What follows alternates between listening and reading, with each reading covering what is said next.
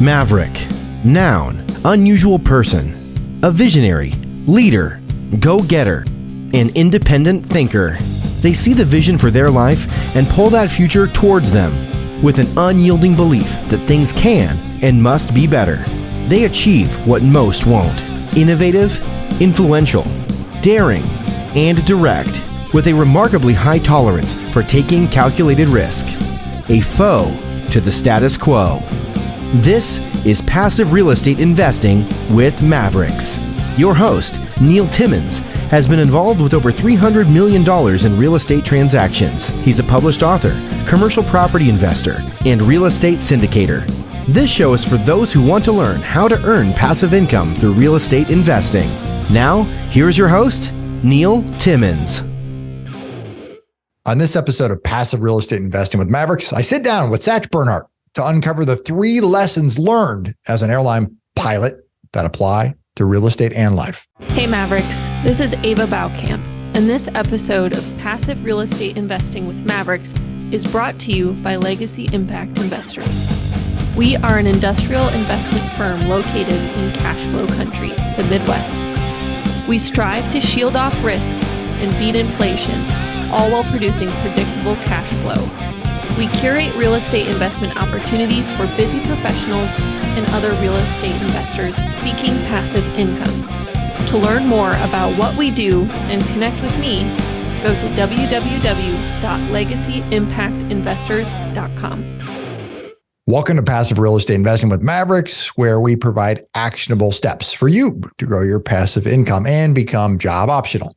During this episode, you're going to get to discover the 3 lessons learned from an airline pilot that apply to real estate and to life. For those of you who are new, I'm your host, Neil Timmins. I love passive income from real estate.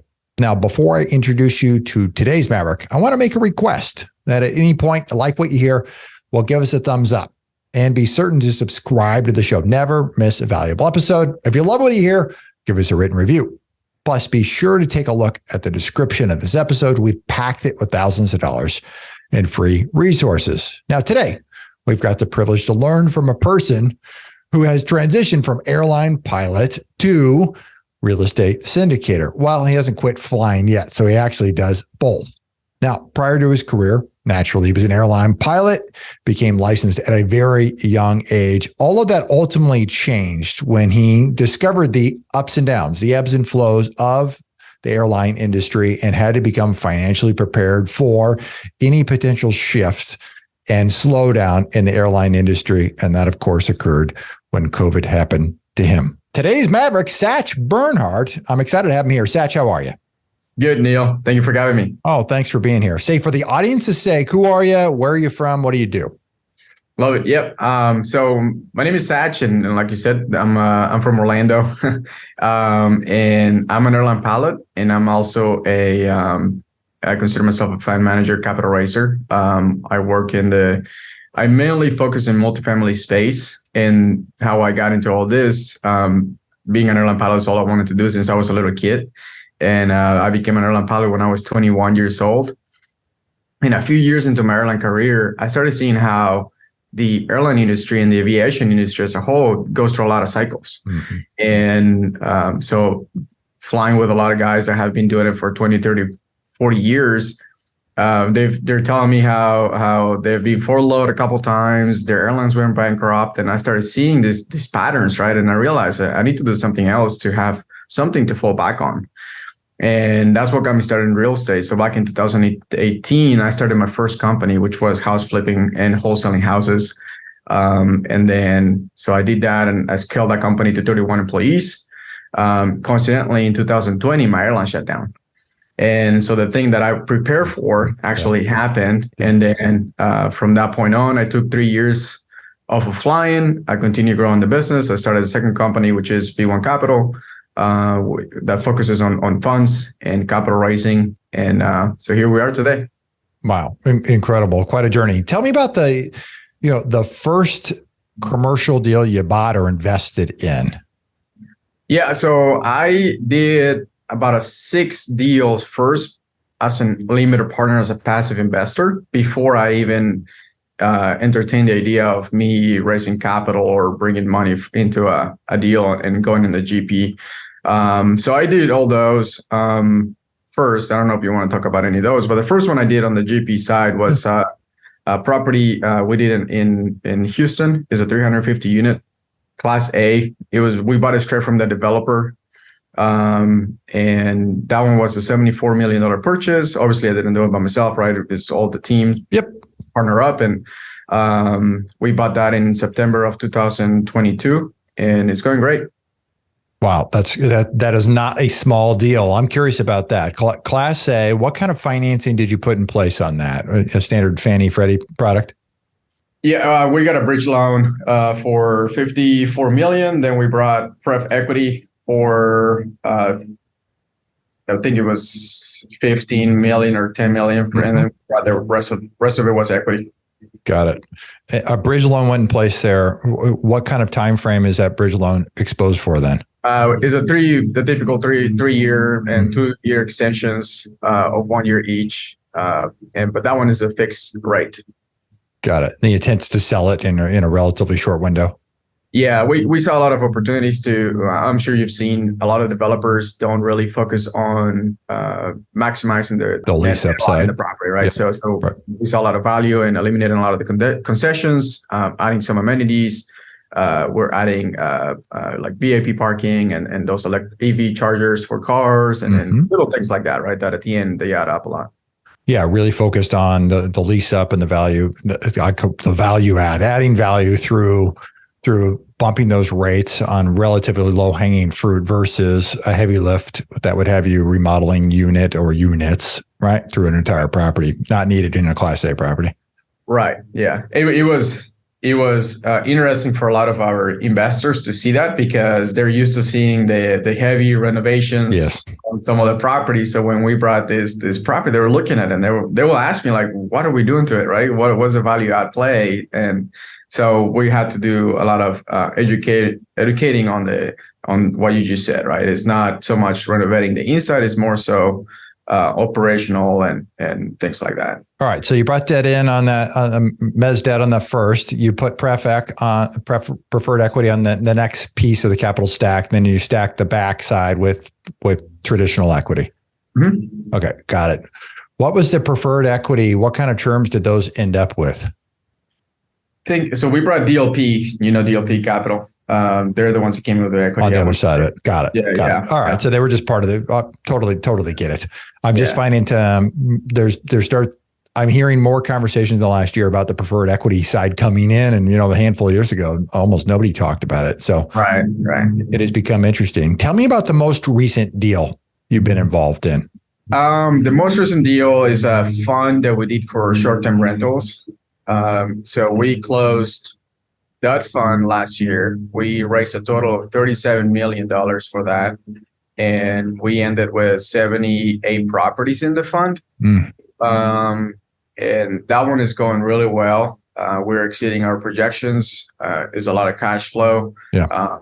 The main reason why we went that route is to tap into an asset class that is an emerging asset class, and there's a lot of cash flow, as you might have seen. I love multifamily, and multifamily is our focus. We were just seeing that there's not much cash flow in a lot of deals, right? So for many deals, many investors, and I invest in a lot of my deals that I've invested as well. There's not much cash flow, right? So we're just waiting for that appreciation and waiting to exit the property before we can see those returns. And we had a lot of investors that wanted to see some of cash flow and long-term hold. So we went that route, and that's going really well. I love that. No, that's incredible. Is that a scattered site, meaning scattered state? Rental situation? Yep. The first fund, we are doing the second fund this year. The first fund, we are in 10 different states. I really love that because it allows us to have that diversification of regulations, right? Sometimes some cities or counties may come down and stop the short-term rental model in some areas. And by having properties that scatter in different states, it just allows us to make sure we don't get all the properties shut down. So if one of them gets shut down, we can just sell it and just replace it with another property somewhere else. Sure. No, that makes total sense. So your role in these deals is primarily focused on that at the capital raising role. Yep.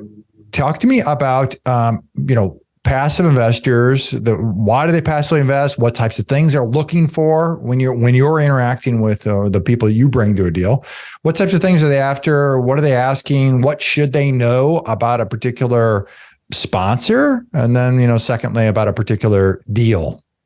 Yeah, absolutely. So, as a passive investor, I think first will be narrowing down what is it that you want to, what are your goals, right? Why is it that you're investing? And is your goal to get that rapid appreciation? Do you want cash flow? The other thing will be figuring out where is it that you want to invest. I always tell investors, like right now, one of our focus is Texas and Florida. And they ask me if I don't think that other markets are good markets to invest. And I say, yeah, they're good markets to invest, but those are the markets that I'm very familiar with and that I know really well. Mm-hmm. Some sponsors come. I know you're in the Midwest, right? Some sponsors come from the Midwest, and I know the market is great, but I just don't know much about it, right? So I don't go and pursue areas where I just don't know. Sure. And I tell the same thing to our passive investors. I don't care if you invest with me or not, but just focus on an area that you like the market, that you truly believe that it will continue to appreciate, and there will be demand for housing, right? Whatever asset class you're looking to invest. The next thing about the sponsor, to me, the sponsor is one of the most crucial parts of the deal, right? A good sponsor will know how to overcome certain challenges, which challenges will arise no matter what in every single deal, and look at the previous deals that they have done and look at the track record and. Don't necessarily focus too much on making sure that the sponsor has a clean record of always exceeding projections, right? I see a lot of sponsors show that to investors, always wanting to portray like, oh, I've never done a bad deal or whatever. Right. It's like, to me, it's like, dude, that's fine if you did a bad deal, right? Like, just as long as we can dissect it and understand what happened, and we are not doing the same mistakes again. We're working with a sponsor that they had a deal where they broke even, right? And to me, that's perfect. Like, we talked about it, and I love the things that they learned from that deal, because now they're never repeating those things that led to that deal breaking even, right? Right. As opposed to seeing someone that has never had a deal seemingly go wrong, and they've always exceeded projections. You have to wonder: is it because they have gotten lucky? Do they really know why they're doing that, or is it is it mere luck, right? Yeah, or have they not been in business long enough? Right. So definitely the sponsor. Definitely take your time to vet the sponsor, ask them questions. I have mixed feelings about this. Obviously, a lot of people say ask for a referral for an investor that has invested with them, but anybody can just give you their mom's or their dad's phone number, and you can, you may think you're calling an investor, right? So I don't take it with a grain of salt, right? If that's something that you think it will work, I truly think if you can talk to an investor that has invested in their deals, you can get a good insight. See how they communicate. That's a big deal. Being an airline pilot, communication is huge, right? For us with our passengers. Passengers are our customers, right? And whenever there are delays, something mechanical is going on, our company requires us to communicate with passengers at least every 30 minutes. And it is such a big difference from communicating constantly in the way you communicate and what you tell passengers versus someone that does not communicate consistently. Even the reason and the time that they're going to be sitting in their plane could be the same, but the person that is communicating constantly giving updates makes their passengers feel a lot more comfortable knowing that they're on the same page and knowing what's going on. So the same thing goes from sponsor to the investor. Constantly communicating, whether that's good or bad, will give you an insight. And from the moment you start having communications about potential deals and investing, the way they communicate, text you back, email you, are they fast to respond, or do they take forever? Are they sloppy in the way they communicate? All of those things to me are pretty good signs of someone that is dedicated to their craft and they're good at what they do, and someone who is just there to make a transactional. Yeah. Talk to me, once you get past the sponsor, when somebody's looking at a particular deal, what types of things should they be looking for? What types of questions should they be asking? When you're looking at a specific deal, I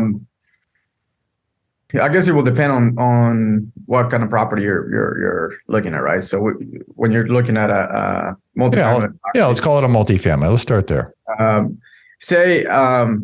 This is just me, and we can break it down different ways, right? But one of the things that I'll be looking at is the kind of debt they're getting on the property, right? And how leveraged are they? Most of the deals we're doing right now, they're at 65% leverage, so it's relatively low.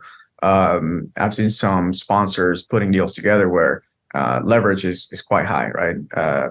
75% or more. So that's something to look at, how much leverage and what kind of debt are they putting on the property.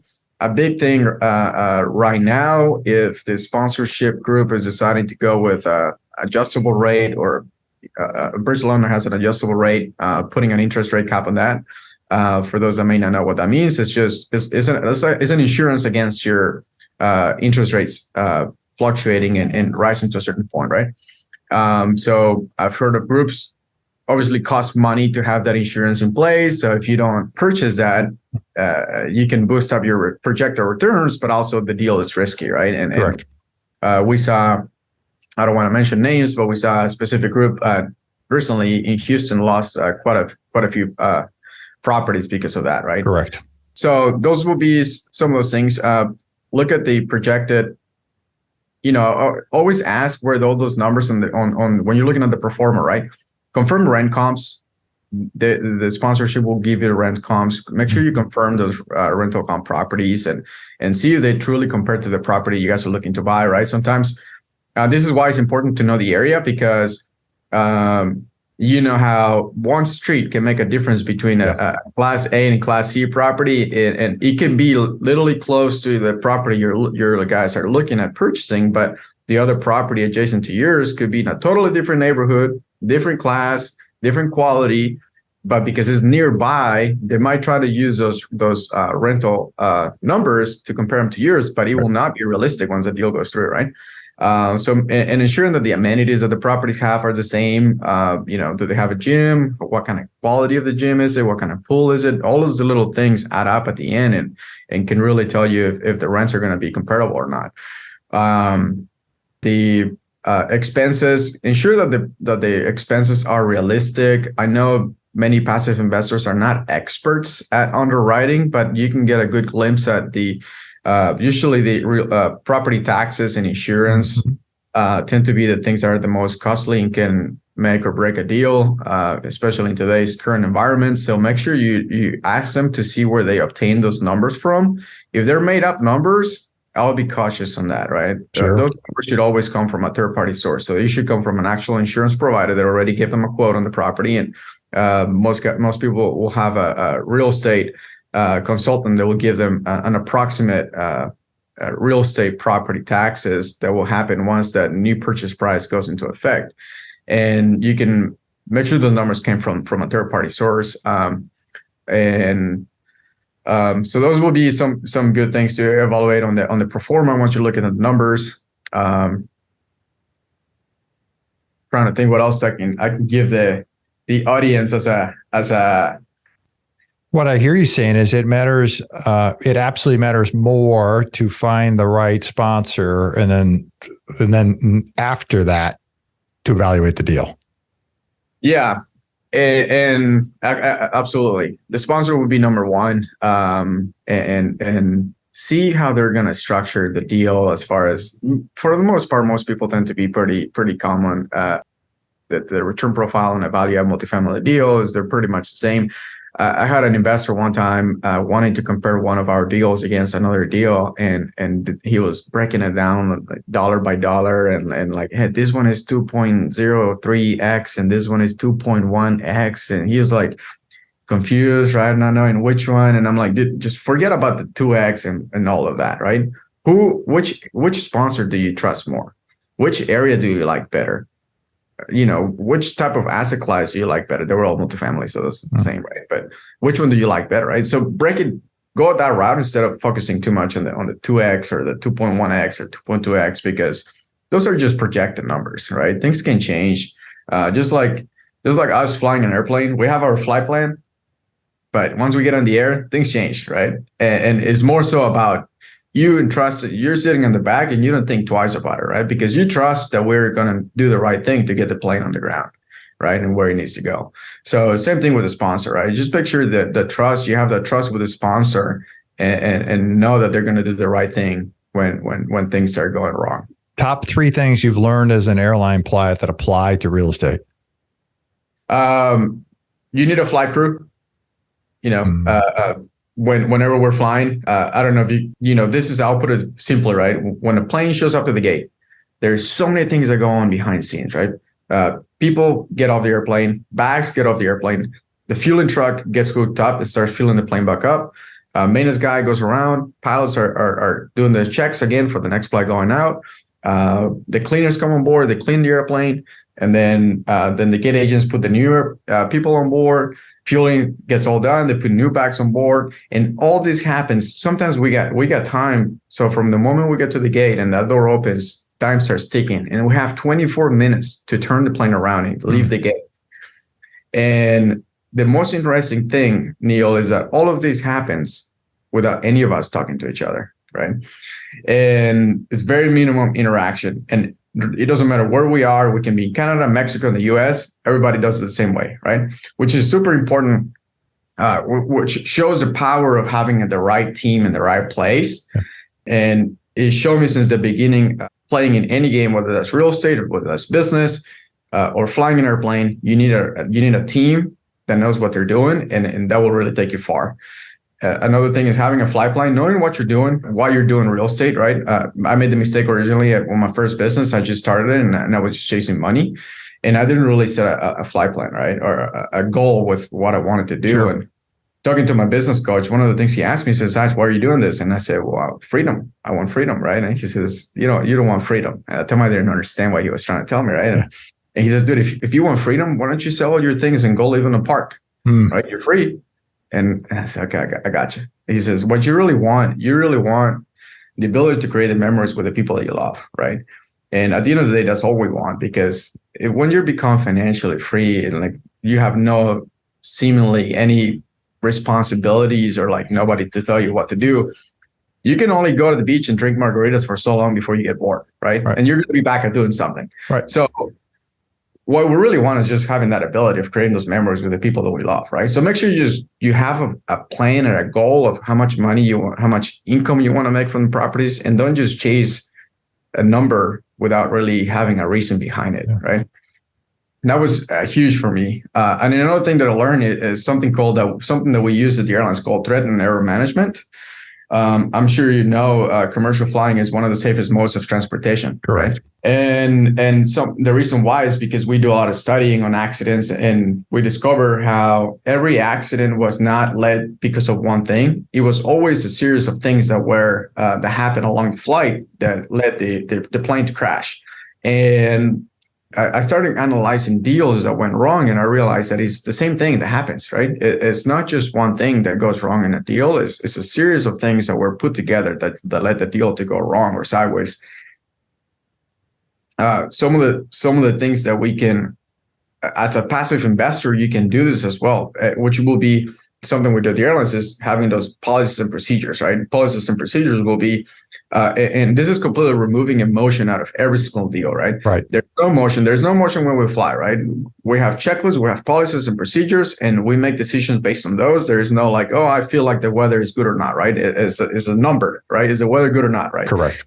Same thing with investing passively in a deal, right? You can set up your own policies and procedures on what kind of deals you're going to invest, which markets they're going to be, and don't get persuaded by the nice deal that you got emotionally attached to that is somewhere else, what you already told yourself you're not going to be. You're not going to be there, right? The next thing is a checklist, right? You can develop a checklist for going through the deal, going through the underwriting, and checking the boxes on the things that we were just talking about, right? Were those real estate property taxes coming from a third-party source, and they seem trustworthy? Yes, right. So you can go down this checklist, checking the boxes for this kind of things, right? The next thing can be any sort of automations, right? Or external resources to help you ensuring that this deal is a deal that you truly want to do. And these are all things that we use in aviation, right? Obviously, you can make your list as long or as short as you want. The point is to create these barriers along the way that allowed you to ensure you're not making any mistakes when you're investing in a deal. And the more barriers you have, any mistake that probably fell through the cracks on the first barrier, you will catch it by the third barrier, right? Give me an example of what's on your checklist when you're evaluating a deal. An example will be starting with the debt, the things we talked about, right? The debt, ensuring that the debt is not leveraged, over leveraged, ensuring that the property taxes came from a third-party source, the insurance came from a third-party source. I look at all the expenses. If the expenses look like they're somewhere between 20 to 30% of the income, I'm like, okay, there's something fishy about here, right? So I just should be higher. It should be higher, right? So I always expect it to be anywhere between 40 to 50% of the income on the property. And then I ensure, for example, another thing will be the exit cap rate, right? So the exit cap rate, I look that the exit cap rate is at least half a point or a point above the current market cap rate from when we're going to purchase the property, right? That'll be another thing. Those are some of the items that are on my checklist. I should really come up with a checklist that I can give to people so that they can use it when looking through a deal, right? Tell me, what are you most excited about this year? I just got back to flying earlier this year, so I'm pretty excited about that. After taking a couple of years off. And so I'm really excited about this new me, I guess I will say, that is now focused. I ended up shutting down the house flipping company that I had, where I had 31 employees. And it was doing house flips. I don't know if you've ever done house flips, but when you start doing things at scale, it just becomes such a headache. And really getting that headspace freed up in my mind and just focusing on doing multifamily deals and flying. I'm so excited. Such a low stress level for me that I'm going to be enjoying this. No, that's terrific. Let's do this. I want to move on to the final segment, what I call the final four. What do you think holds most passive investors back from hitting their personal next level, whatever that happens to be?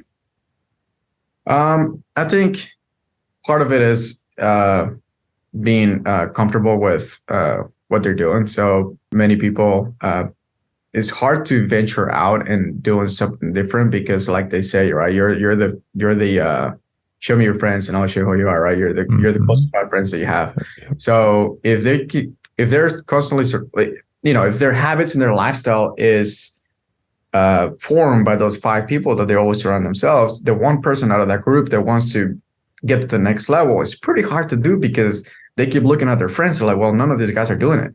Yeah. So it's super hard to move out of that circle and become someone else. And a lot of times, the unfortunate truth is that sometimes you have to leave some of those friends behind to get to the next level. And many people don't want to do that. Yeah.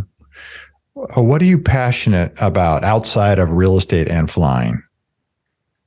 My son, probably it. I have a 1.5-year-old. So if I'm not doing any of those 2 things, I'm with my son. We're playing, we're doing something. It's super fun showing him. When they're that little, everything is amazing to them, right? Yeah.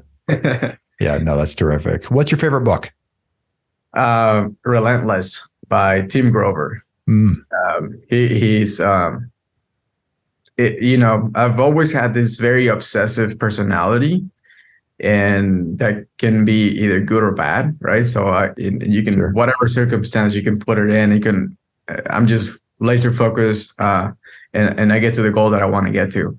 And I never knew of anyone that understood that until I read that book.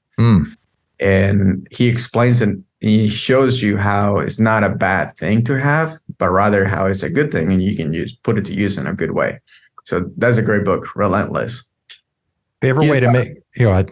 Yeah, he was Michael Jordan's fitness coach. Oh, okay. Yep. Yeah, he coached Michael Jordan, Kobe Bryant, and so he brings a very good perspective from understanding the mindset of those guys, who were high performers and how they differentiated against all of the other players in the NBA. Your favorite way to make an impact in the community? It's mostly through education. Growing up, I was really not very good with finances. And that's something that I'm very passionate about. So I love helping other people achieve their financial goals. And so I do a lot of education, speaking. I help people. They tell me sometimes that they get surprised that they get on a call with me, and sometimes they're asking me just how to make money, and I will spend 20, 30 minutes on the phone call with them, showing them different things or different strategies, or like house flipping, and they're like, dude, I'm surprised you're not asking me for money. And I'm like, I don't care if you give me money or not. I'm just trying to help you. Right. Yeah, no, that's great. Satch, I mean, you've got a wonderful story coming out of being an airline pilot, and then that world properly preparing you for the ups and downs of being a pilot, and led you into real estate, and now your ability to maximize this world of real estate. For people who want to find you, they want to follow you, they want to connect with you, where can they go? What should they do? Yeah, absolutely. So I'm extremely active on social media. You can find me on LinkedIn, just my name, Satch Bernhardt. And for those that might want to get an insight into some of the things that we work in syndications, I have a free ebook. You can go to wealthypilot.net and you can download my free ebook there. And all of my contact information is there as well. The links will be below in the show notes for everybody. Satch, thanks so much for your time. It was great having a conversation with you. Yeah, Neil, thank you for having me. You bet. Thanks so much. To our listeners, pat yourself on the back. You guys have made it to the end of the show, and most people never finish what they start. If you receive value from today's show, be sure to share it on LinkedIn, your Facebook page, or your social media platform of choice. Subscribe to never miss a valuable episode in the future. And if you found value in today's episode, give us a thumbs up with a positive review. If there's a particular topic you'd like to hear about, well, I want to hear from you. Shoot me a message on LinkedIn. The link to my profile is below in the show notes. You can connect with me there for more valuable content.